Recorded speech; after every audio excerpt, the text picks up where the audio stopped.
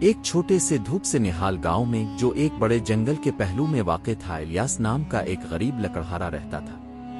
الیاس ایک اچھا محنتی آدمی تھا، مگر قسمت کبھی اس کا ساتھ نہ دیتی تھی۔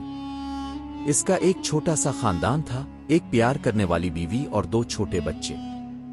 ہر صبح وہ اپنی پرانی کلہاڑی لے کر جنگل کی طرف نکل جاتا، اس امید پر کہ لکڑی کاٹ کر اتنا کما لے گا کہ مشکل سے گزر بسر ہو سکے۔ جنگل بہت وسیع تھا اور کام کمر توڑ محنت والا تھا۔ ہر شام وہ تھکا ہارا واپس آتا، اس کی کمائی بمشکل ایک روٹی اور مٹھی بھر لوبیا خریدنے کے لیے کافی ہوتی۔ وہ اکثر دعا کرتا کہ کوئی ایسا راستہ مل جائے جس سے اس کے خاندان کی تکالیف کم ہو جائے، مگر جنگل صرف مزید لکڑی اور مزید مشقت ہی پیش کرتا تھا۔ اچانک ملاقات، دی چانس انکاؤنٹر۔ ایک نہایت گرم دوپہر جب الیاس ایک دیوہیکل بلوط کے درخت کے نیچے آرام کر رہا تھا تو اسے ایک بیل گاڑی کی ہلکی سی آواز سنائی دی۔ جلد ہی ایک مضبوط گھوڑے کے ذریعے کھینچی جانے والی ایک خوبصورت سجی ہوئی گاڑی پگڈنڈی سے باہر نکلی۔ اسے چلانے والا آدمی نرم مزاج اور باوقار لباس میں تھا۔ اس کا نام خلیل تھا، جو ایک کامیاب سفر کرنے والا تاجر تھا اور اپنی کیرو ایمانداری کے لیے پورے علاقے میں مشہور تھا۔ خلیل نے الیاس کے پاس اپنی گاڑی روکی۔ اس نے گرمجوشی سے کہا، اچھا دن ہو دوست، لگتا ہے میں راستہ بھول گیا ہوں۔ کیا تم مجھے قریب ترین شہر جس کا نام الکرم ہے کا راستہ بتا سکتے ہو؟ الیاس اپنی تھکن کے باوجود سیدھا کھڑا ہو گیا۔ جی ضرور جناب، میں بتا سکتا ہوں۔ راستہ مشکل ہے مگر میں اسے خوب جانتا ہوں، میرے پیچھے آئیے گا۔ الیاس نے 1 گھنٹے سے زیادہ وقت تک خلیل کو گھنے جنگل میں سے گزارا، چھپی ہوئی جڑوں اور الجھے ہوئے موڑوں سے راستہ بناتا ہوا۔ خلیل لکڑہارے کی مضبوطی اور جنگل کے بارے میں اس کی تفصیلی معلومات سے بہت متاثر ہوا۔ جب وہ بالآخر الکرم جانے والی صاف سڑک پر پہنچے تو خلیل نے اپنے بٹوا میں ہاتھ ڈالا۔ شکریہ اچھے الیاس، تم نے میرا بہت وقت بچایا ہے، اس نے کہا اور اسے چند چاندی کے سکے پیش کیے جو الیاس کی ہفتے بھر کی کمائی سے کہیں زیادہ تھے۔ الیاس نے آہستہ سے اپنا سر ہلایا اور سکوں کو واپس دھکیل دیا۔ جناب، میں نے آپ کی مدد اس لیے کی کیونکہ آپ نے مدد مانگی تھی۔ یہ تو محض ایک پڑوسی کے طور پر میرا فرض تھا، میں ایک سادہ نیکی کے لیے ادائیگی قبول نہیں کر سکتا۔ خلیل حیران رہ گیا، ایسی ایمانداری بہت کم ملتی تھی۔ اس نے گہری مسکراہٹ دی، تم واقعی ایک شریف انسان ہو الیاس، لیکن مہربانی کر کے میری شکر گزاری کے طور پر یہ چھوٹا سا تحفہ لے لو، یہ میرے تجارت کا ایک رواج ہے۔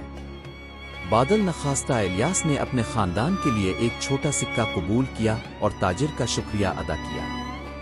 جیسے ہی خلیل موڑ کر جانے لگا، اس نے کہا، اگر تم کبھی الکرم آؤ تو میری دکان پر آنا، میں تمہارا احسان مند رہوں گا۔ ٹوٹی ہوئی کلہاڑی، دی بروکن ایکس۔ اگلے دن ایک آفت آ گئی۔ الیاس ایک موٹے لکڑی کے ٹکڑے پر اپنی کلہاڑی چلا رہا تھا کہ ایک زوردار چٹاخ کی آواز کے ساتھ لکڑی کا دستہ 2 ٹکڑے ہو گیا۔ یہ اس کی اکلوتی کلہاڑی تھی اور اس کے بغیر وہ کام نہیں کر سکتا تھا۔ مایوسی اس پر چھا گئی، اس کے بچے اس رات بھوکے رہیں گے۔ تاجر کی پیشکش یاد کرتے ہوئے الیاس نے چھوٹا سکہ لیا اور الکرم تک پیدل جانے کا فیصلہ کیا۔ یہ ایک لمبا سفر تھا مگر اس کے پاس کوئی چارہ نہیں تھا۔ جب وہ وہاں پہنچا دھول سے اٹا ہوا اور تھکا ہوا تو اسے خلیل کی شاندار دکان ملی جو ریشم مصالحوں اور چمکتی ہوئی چیزوں سے بھری ہوئی تھی۔ خلیل نے اسے فوراً پہچان لیا۔ الیاس، خوش آمدید، مگر یہ پریشانی کیسی؟ الیاس نے اپنی ٹوٹی ہوئی کلہاڑی کی وضاحت کی۔ میں اس سکے سے ایک نیا دستہ خریدنے کی امید میں تمہارے شہر آیا ہوں، اس نے چاندی کا ٹکڑا دکھاتے ہوئے کہا، مگر مجھے ڈر ہے کہ یہ کافی نہیں ہوگا۔ خلیل نے سکے کو دیکھا اور پھر الیاس کے مخلص چہرے کی طرف دیکھا۔ ایک کلہاڑی کا دستہ ایک معمولی بات ہے دوست، مگر تم نے میرا سفر کا 1 گھنٹہ بچایا جو ایک تاجر کے لیے ایک ٹوٹی ہوئی چیز سے کہیں زیادہ قیمتی ہے۔ میں تمہیں اپنی دکان کی سب سے بہترین پوری نئی کلہاڑی دوں گا، اپنی کبھی نہ ختم ہونے والی شکر گزاری کی علامت کے طور پر۔ الیاس جذباتی ہو گیا۔ اس نے خلیل کا بہت شکریہ ادا کیا اور وعدہ کیا کہ ایک دن وہ یہ احسان ضرور چکائے گا۔ عجیب دریافت، دی اسٹرینج ڈسکاوری۔ चमकती हुई नई कुल्हाड़ी थामे इलियास ने वापसी का सफर शुरू किया। जंगल में चलते हुए वो नई उम्मीद से इतना भरपूर था कि इसने एक मुख्तसर रास्ता लेने का फैसला किया जो वो शाज़ और नादिर ही इस्तेमाल करता था। एक बिल खाता रास्ता जो इस देवहैकल बलूत के दरख्त के अर्द गिर्द से जाता था जहां वो पहली बार खलील से मिला था। जब वो बलूत के पास से गुजरा तो इसकी तेज नजर ने एक अजीब चीज देखी। एक करीब का पत्थर थोड़ा सा ऊपर उठा हुआ था जैसे हाल ही में हिलाया गया। तजस्सुस से मजबूर होकर इलियास ने अपनी नई कुल्हाड़ी की नोक का इस्तेमाल करके इसे खोलने की कोशिश की। पत्थर के नीचे इसे एक छोटा लोहे से बंद संदूक मिला। इसका दिल सीने में धड़कने लगा। वो किसी तरह संदूक को खोलने में कामयाब हो गया और अंदर इसने इसे सोने के सिक्कों और चमकते हुए जवाहरात से भरा पाया। ये एक खजाना था। इलियास वहां खड़ा कांप रहा था। ये खजाना इसके तमाम मसाइल हल कर सकता था, इसके बच्चों को एक शानदार जिंदगी दे सकता था और उसके खानदान को हमेशा के लिए गुर्बत से बाहर निकाल सकता था। ये अब इसका था जो जंगल की गहराइयों में मिला था और कोई कभी नहीं जान पाएगा। सबसे बड़ा इम्तिहान, द अल्टीमेट टेस्ट। इलियास ने जल्दी से संदूक को दोबारा पत्थर के नीचे दफन कर दिया और बलूत के दरख्त पर एक हल्की सी खराश से निशान लगा दिया। वो घर चला गया मगर सूना इसके दिमाग पर भारी पड़ रहा था, न कि इसकी कमर पर बल्कि इसके ज़मीर पर। 3 दिन तक इलियास सो ना सका। इसने अपने भूखे बच्चों के बारे में सोचा, फिर खलील की सखावत के बारे में और फिर इस सादा ईमानदार जिंदगी के बारे में जो वो हमेशा से गुजारता आया था। ये सूना किसका था? क्या ये किसी डाकू का ज़ख़ीरा था? शायद किसी पुराने खानदान की गुमशुदा बचत। चौथे दिन इसने अपना फैसला कर लिया। वो अपनी बीवी के पास गया और सादगी से कहा, मुझे जंगल में कुछ मिला है, मुझे अलकरम वापस जाना है। वो सीधा खलील की दुकान पर गया।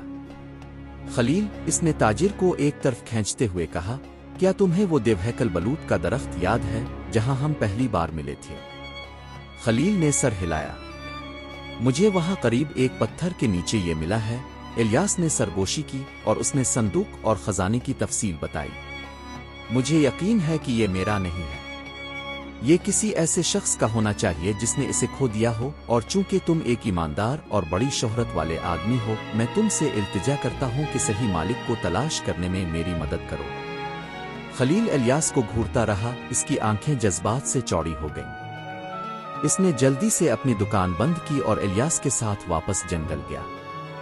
जब उन्होंने संदूक को खोद कर निकाला तो सूरज की रोशनी ने चमकते हुए जवाहरात को पकड़ा, जिससे खजाने की वसअत की तस्दीक हुई। सच्चाई का इंकिशाफ, द ट्रूथ रिवील। खलील ने खजाने को देखा, फिर इलियास के थके हुए मगर पुरसुकून चेहरे की तरफ देखा। इलियास ओ खलील ने आखिरकार कहा, इसकी आवाज जज्बात से भरी हुई थी। मैं जानता था कि इलियास नाम का आदमी एक शरीफ रूह है। अब मुझे मालूम हुआ है कि तुम सबसे ज्यादा ईमानदार आदमी हो जिससे मैं कभी मिला हूं। खलील ने एक गहरा सांस लिया। ये संदूक मेरा है इलियास।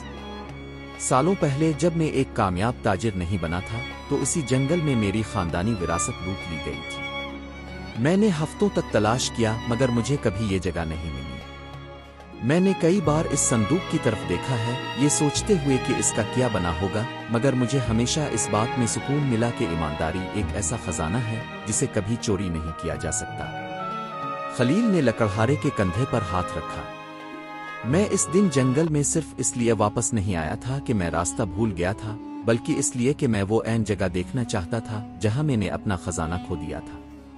मैंने तुम्हें देखा, एक आदमी जो गुर्बत में जी रहा था, फिर भी एक नेक काम के लिए अदायगी से इनकार कर रहा था।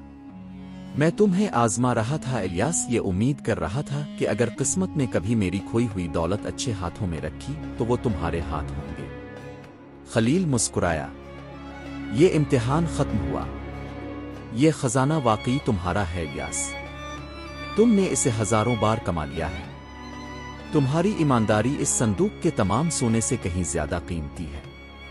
कहानी का इखलाकी सबक, the moral of the story. कहानी का इखलाकी सबक यह है कि हकीकी दौलत का अंदाजा इस बात से नहीं लगाया जाता कि आपके पास किया है, बल्कि आपके किरदार की मजबूती और इस ईमानदारी से लगाया जाता है जिसे आप बरकरार रखते हैं।